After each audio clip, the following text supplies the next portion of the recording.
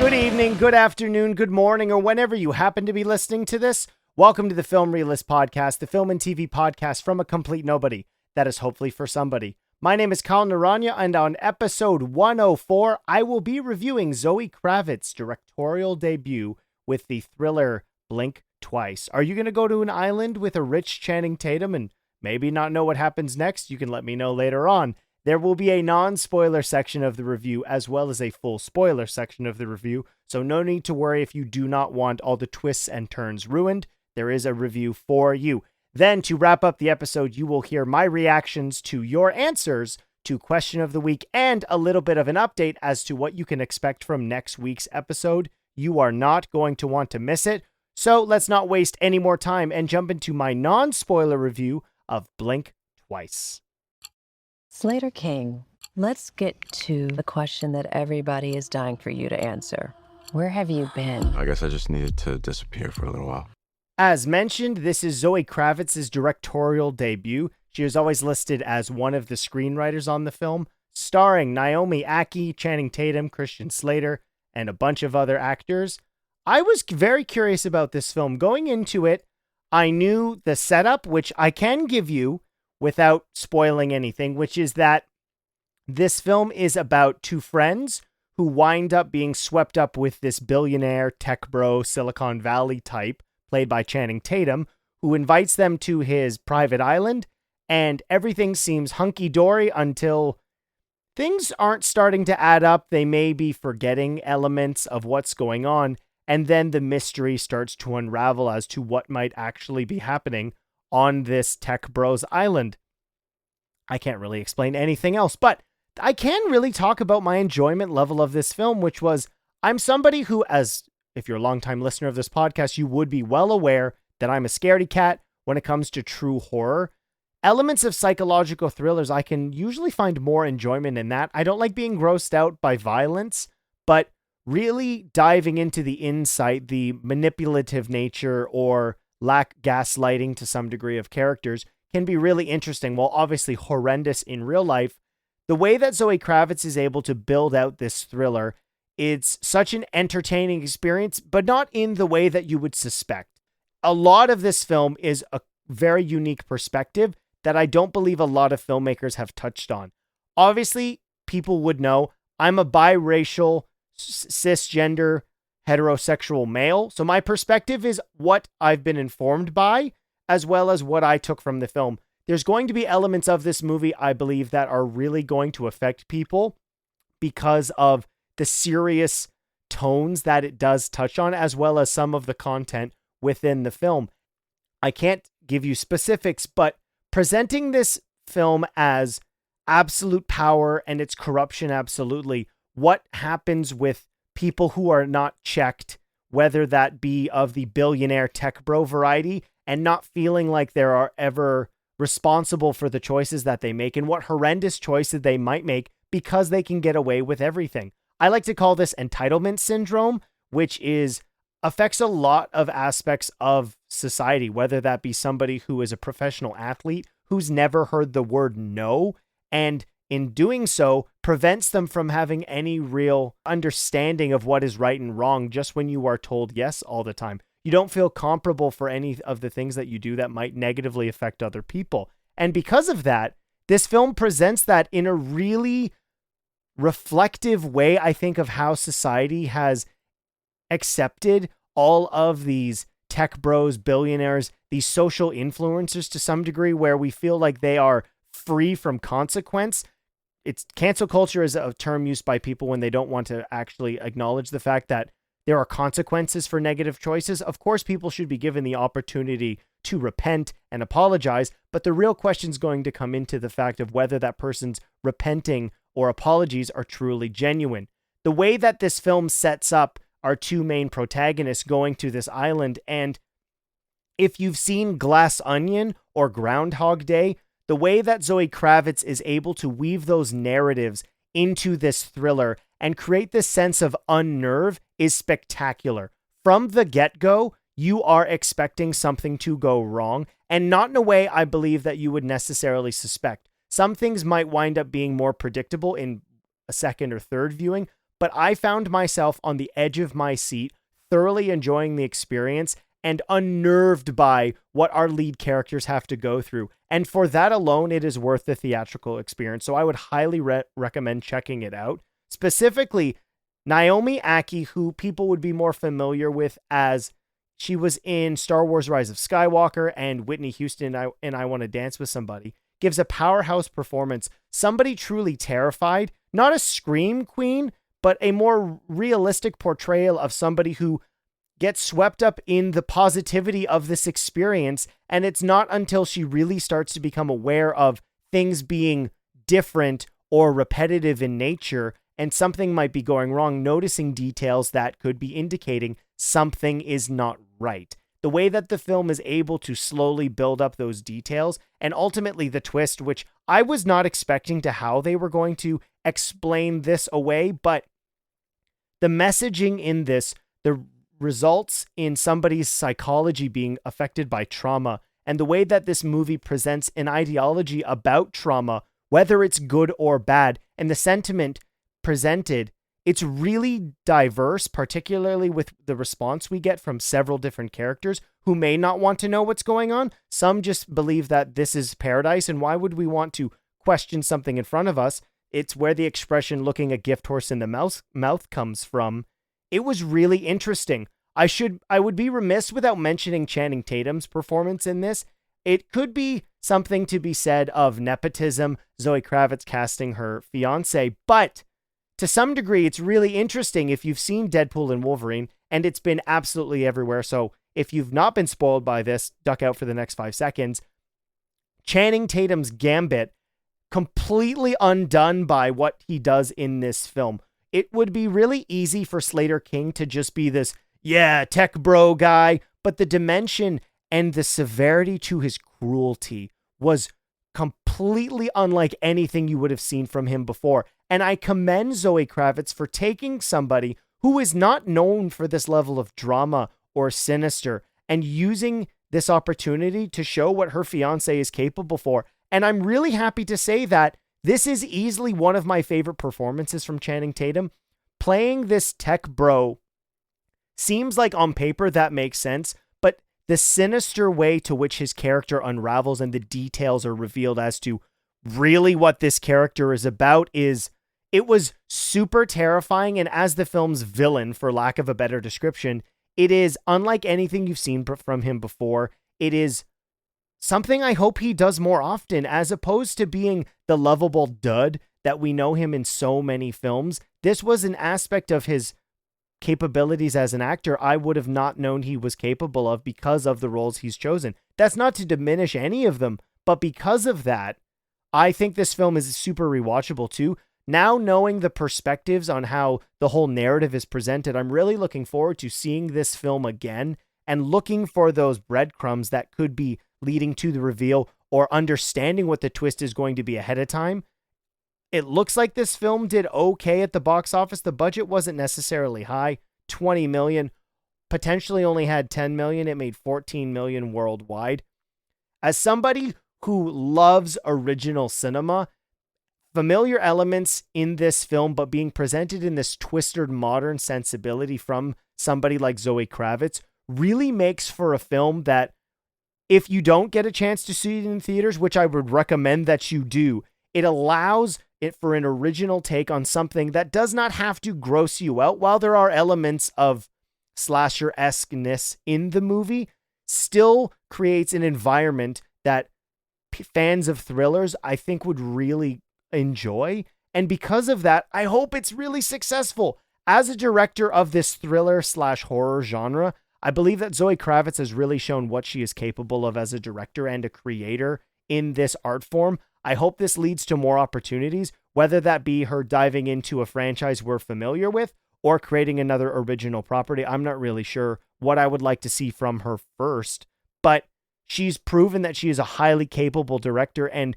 is really attuned to what the project is demanding from her at the time. It's not to dismiss anybody whose first film has been a horror or a thriller, but to have a psychological thriller truly with something to say that presents a conversation that's been happening more and more, particularly around the abuse of power, the treatment of women in media and real society. It's a succinct film with a clear message that I found entertaining because of the unnervingness and the thought-provoking narrative that it presents. I highly recommend it, and I can't really say anything else without jumping into spoilers. So again, please go check this out. It is a film worth seeing on the big screen. From a cinematography standpoint, we really get to enjoy the luxurious nature of this island, while at the same time, the way that the film continues, it feels more and more like a trap, and the environment feels smaller and smaller as the film unravels and unwinds to some degree. So that was really entertaining, the use of this setting, when you would think a tropical paradise would be nothing more than that. So without any more details, I'm going to jump into spoilers and tell you why you should watch Blink Twice. So, everybody's dead. How about we start at the beginning? Spoilers for Blink Twice, so if you do not want to be spoiled, jump into question of the week and responses, as well as an update as to what you can hear next week. So let's find out. What happened? The film starts off with Naomi Ackie as we are introduced to her and her friend. So it's Frida as well as Jess, and they are waitresses who work at an art museum. Frida is not famous. Her hobby is putting animals or nails on her hands, and even has a social media around it. She's got a scar on the side of her face we see that doesn't look super old, but might be familiar enough to her. They are waitresses at this art museum that is having this gala for this billionaire. We have seen that Frida has looked into Slater King before, looking at interviews of him. He has clearly done something and had to apologize for it. And as you heard in the very beginning clip of this review, he had gone away and bought a private island. What he does there, we don't know. Frida and Jess are celebrating afterwards. After they're done their shift, they put on fancy dresses and sneak into the event that they were waitressing at just minutes before. And through a set of coincidences, Frida winds up bumping into Slater King's character, and they hit it off. She meets all of his friends. Jess meets all of his friends. By the end of the evening, he invites them to his private island, where things seem amazing. We are at this private Caribbean island. Everybody's dressed in white, drinking champagne with raspberries the whole day. Things are great. Great food, Michelin star chef. Everybody knows each other. This is the perfect scenario. How great could it be? Days repeat. Very similar elements, continuing more and more. There's complimentary perfume in the hotel room. All the outfits have been pre-purchased for us. Something clearly that could not be more perfect. You're on a Caribbean island with a billionaire. Don't have to worry about anything. And this is my favorite part of the film. The beginning doesn't give you an indication anything's going to be going poorly. For the first little bit, at least maybe probably the first third, you enjoy the paradise. Frida and Jess love where they are. There's this running gag that Jess always has a lighter and somebody always has it. The next day, you had it last. It is one way for the audience, particularly, to clock in how many days are happening. Now, I didn't actually keep count. I'm sure somebody did who was jotting notes down the whole time. But it is an indicator of time is passing. It's not just a weekend. Days and days and days are going by. There is a snake infestation on the island, so we see the help, who is likely natives to the island, are killing them and dealing with them. Frida even has an uncomfortable interaction with one of them, but doesn't really know why the conversation is this awkward, because she doesn't know these people. Her relationship with Slater seems to be developing. Whether it truly gets physical or not, I'm not actually sure, because we are not given an indication of that. But eventually, Frida starts to notice that things aren't lining up. One of the mornings after she's done her daily perfume spritz, she's got dirt under her nails, and she's not really sure why she would have dirt under her nails. That doesn't make any sense to her. That following evening, Jess gets bitten by one of the snakes and doesn't seem overly concerned about it. Slater even coming to reassuring her they're not poisonous. She should be okay. No big deal. But Jess seems to be off for the remainder of the evening. Whether it's a day or another, time has passed. Jess is no longer on the island. Frida goes under the assumption for a little bit that she probably just went home, no big deal. Even though she didn't tell me, I'm kind of bummed out, where's my friend? And it's at this point in the film where Frida really starts leaning into something seems off. We see Slater's therapist come to the island at least once or twice, and there are these gift bags that are given to the people who do visit. I should mention there are no phones. They've been given to Gina Davis, who is Slater King's secretary or assistant, so there's no way to communicate with anybody off the island. Why would you need to do that? Christian Slater's character, who is missing part of his pinky, and it's referenced as to how could he have possibly lost part of his pinky, very early on in the film is taking Polaroids. You can see the Polaroids being taken in the poster for the film itself. At this point, Frida's really starting to unravel, even talking to the other guests, or specifically the other women. Where is Jess? They don't even remember her. Something isn't really starting to add up. And it is at this point, Jess is really starting to feel uneasy, to the point where she goes back to her hotel, pushes her mirror by accident, and a knife that was used by Slater's friend, who's the chef, is there. He had been looking for it. And at this point in the film, it's one of my favorite elements, which is there have been things that have been happening that seem to be of no consequence, but they really start to fill in that we are in a repetitive loop of things happening and being undone. The chickens have been let loose, which is something that has happened multiple times. We don't know why, but it is something that is outside of the norm of what is supposed to be in a quote-unquote regular day on this island. Also, the fact that the knife is missing is brought up. The lighter coming back and forth. And eventually, what's her name? Sarah, played by Adria Arjona. I'm going to guess that's how you say it. If I mispronounce that, Adrazona. If I mispronounce that, I'm really sorry. She was in Star Wars, or not Rebel 1. Was she not in Andor? She was. She was in Andor, and she winds up having Jess's lighter, and it says Jess, because earlier in the week, she didn't know who Jess was. It's at this point that the two of them try to put together what's going on. Why can we not remember?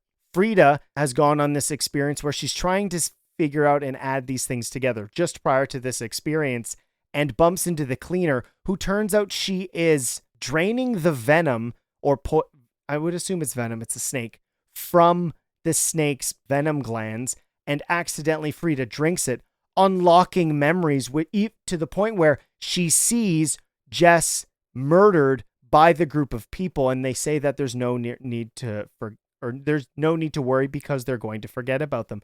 We don't actually know why they're going to forget about what's going on, which is the most unnerving. What are they doing to these women to suppress this level of trauma? It goes back to a conversation that Slater even has with Frida about forgotten memories are the best because you don't have to remember this trauma, to the point where Slater even had a conversation with his little sister when she was older, she's his older sister, that she was so grateful that Slater didn't remember certain things because they even went to somebody who used to abuse their mom, and he had no memory of it, so he didn't seem any issue with going out and having fun with this man. The perspective that this film has on trauma and the way that it presents it could allow for a really interesting discussion. Is it better to know, or is it better to forget? You're going to get answers from completely both sides of the spectrum. And eventually, Frida gives Sarah the venom. They start to remember and really put things together. And they even get a vial of the venom. They discover that this perfume is being given out, potentially being distributed by Slater King, as a way of using against women to make them forget. Essentially, a get-out-of-jail-free card for any horrible things and horrible contrivances, control that they would want to have over women. And it is a revelation of truly the disgusting person that Slater King is supposed to be. He's not apologetic for the mistakes that he made in the past. He's just upset for getting caught and is using this island to control, manipulate, and likely do horrible things to these women. Murder being probably not even the worst thing about it. Abusing them potentially sexually. We don't know. The film doesn't go that far, but it would be something I'm assuming likely does happen, which is just completely disgusting. And what makes for Channing Tatum's character of Slater King to truly be one of the most horrendous people I've seen in cinema this year, and why Channing Tatum does such a good job as being somebody we've not seen from him before. They then bring the venom to the other girls who are taking it as tequila shots and consuming more and more and more, and unraveling to the point where once everybody has remembered what is going on, we get the slasher element of this film where they start attacking all of the people. Frida even coming to the point where she remembers she's been on this island before, and it is when she was here previously where she fell on a rock, and that is where she got her scar. Her being responsible for Christian Slater's character getting the bottom metacarpal being bit off of his finger when she was here last time. So again, it's another layer to the awful human being that Slater King is, which is not only has he brought Frida to this island, but this is not the first time. He has specifically chosen this woman to abuse on his private island, free of consequences. Yet, Frida and Sarah finally start putting things together to the point where they start pursuing to get off, resulting in violence. Slater's his security is killed. Haley Joel Osment is murdered by one of the other girls. Frida winds up being caught and tied up. Part of the clip you'll hear leading into the spoilers is from that scene where Slater just lays all his cards on the table, helping reveal to Frida that she had been here before. And ultimately, the site gets burned down. But the most interesting part of this movie, and what I found really compelling more than anything else, is that the site is burned down, everybody is killed, but Frida saves Slater King. Throughout the film, he's had this vape, and during the climax of the film, she puts some of the forgetting perfume into his vape, and he forgets everything. Likely because he's ingested this, and prior to this, all the other women who likely had visited the island are spraying it onto themselves, so it's coming into contact, but it's not being ingested the same way that he has in this vape. And she saves him. We get sometime later on, we see that they're together, and she is still controlling his vape solution. I don't vape, so I don't really know how that works, but whatever liquid he puts into it. So there is the statement that this has on Frida as a character is really interesting. Even after all of these things done, because Slater is her access to an entirely new world, but this time she's in control. So what does that really say about Frida as a person? Yes, it provides opportunities for her, whether that be wealth, extravagance, who knows how many material goods, but she still chooses to be with Slater even after all these horrible things he's done to her. And I love where the film ends, where we're really given a complex look at Frida as a person. And even though she's the person in control, she's still staying with this person that is responsible for so much trauma that she's now aware of. It's going to be really interesting to see the more and more people see this movie, what that means. What do you take from Frida's choices in this? Would you have stayed even though you're now in control? It's so interesting, and I can't wait for this to be discussed amongst even my friends who have seen this movie, but I was enthralled from start to finish. There's not a slow moment. The level of unnerve and twisted nature to which all of the plot elements are revealed throughout this narrative was incredible. And for it being a first-time director, I'm absolutely floored by it. I loved this. I can't wait to watch it again, as I said in non-spoilers, to really see how the breadcrumbs are laid out. And can I now see all of the steps being leaded to what leads to this twist, or what details were given that we don't know are important later on? That will do it for my spoiler review of Blink Twice. If you are looking for a new thriller from a new director with a new point of view, please go check this out. It's an original movie that is worth your time. Now, let's jump into question of the week. Can I ask you a question? Just fun? There's something I've been meaning to ask you. I ask the questions, you answer the questions. Why do you ask questions to which you already know the answers? Did that count as a question? Yes. Damn it. If you would like to answer question of the week, there are two simple ways. You can email the podcast, filmreelistspod@gmail.com, or you can comment on the social media post. The podcast is on everything. The question of the week digitally usually goes up on Thursdays or Fridays. James Strecker from Watchtower Database wrote in, Alien is his favorite horror movie. That was the question of the week. I probably should have stated that. Last week's question of the week was, what is your favorite horror film? Seek and Destroy 71 says Dario Argento's Tenebrae from 1982. I've never seen that. I'll have to check it out. Noivern Nurk Nosferatu wrote, probably for me is Jeff Goldblum's The Fly. Invictus 305 said Titanic with a silly face. Okay, sure. Dylan Pollock of Movies to Watch Before You Die. Favorite horror movie is The Thing, but way up there for me is Joyride, the Evil Dead series, and The Fly as well. Stephanie wrote in, props to me, Team Scaredy Cat. Not props to me. Props to Team Scaredy Cat. I have to say Silence of the Lambs because it's more of a psychological thriller / horror rather than a slasher horror film. Okay. Scotty Cameron wrote in, Silence of the Lambs is my favorite horror movie. There is something about the cerebral subgenre and the mind-bending nature of it I always found more interesting than the visceral horror subgenre of horror, which Hannibal franchise really captures well. Okay. I still really love visceral horror movies like Alien, Halloween, The Thing, Hostel, and Saw, just not as much as cerebral horror like Silence of the Lambs. The other films get the silver and bronze medals. Okay. And then we have another email here from Keen Machine. Greetings.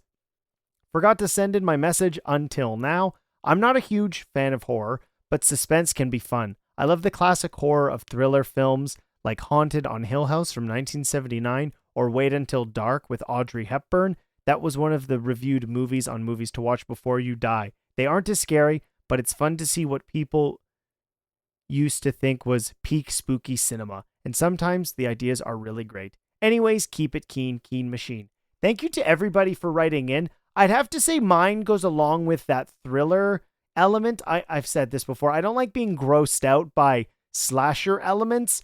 The Shining is my favorite horror movie of all time. There's a lot of films here that a lot of people talked about. The Fly, The Thing, The Silence of the Lambs. I'm not really surprised those came up. Those are amazing. Thank you to everybody who answered the question of the week. This week's question of the week, it's a little more fun. If you were on if you were on a private island, removing all the thriller elements from Blink Twice, what would you eat every day that you wouldn't get sick of? Okay, so simplicity. If you were on a private island but could only have one meal, what would it be? Again, you can comment on any of the social media profiles for the podcast. You can email the podcast, or you can comment on YouTube. I know that's what Dylan likes to do, so you can do that. I know people are curious, am I going to be reviewing a movie next week? No. Next week is going to be a big episode. I thought it would be fun with so many big television shows coming out over the summer of 2024. I thought because I haven't had a chance to talk about them all, this would be a great way for giving only spoiler reactions to The Boys Season 4, The Acolyte, unfortunately, because we now know it's been canceled, only Season 1, as well as Umbrella Academy Season 4, which is the final season. I will give a spoiler review of It Ends With Us. I have seen that as well. And Watchmen Chapter 1, the latest direct-to-video film from DC Comics / Warner Brothers and Paramount for some reason. So let me know if there's anything I missed that I did. I'm realizing it right now. And Season 2 of House of the Dragon. So I'll go through that really quickly again. The Boys Season 4, The Acolyte, the only season, Umbrella Academy Season 4, It Ends With Us, and The House of the Dragon Season 2, and Watchmen Chapter 2. I'm really hoping I'll be covering something that you have wanted me to address that I haven't yet. All of those things will be in next week's episode. Again, they will be spoilers only. There's not enough time, and I don't have enough time to edit, where I will be able to do spoiler and spoiler-free section of that review. So it's a great opportunity, if you love the podcast, to share it with your friends, because I hopefully will be touching on something they want me to talk about that I haven't talked about it yet.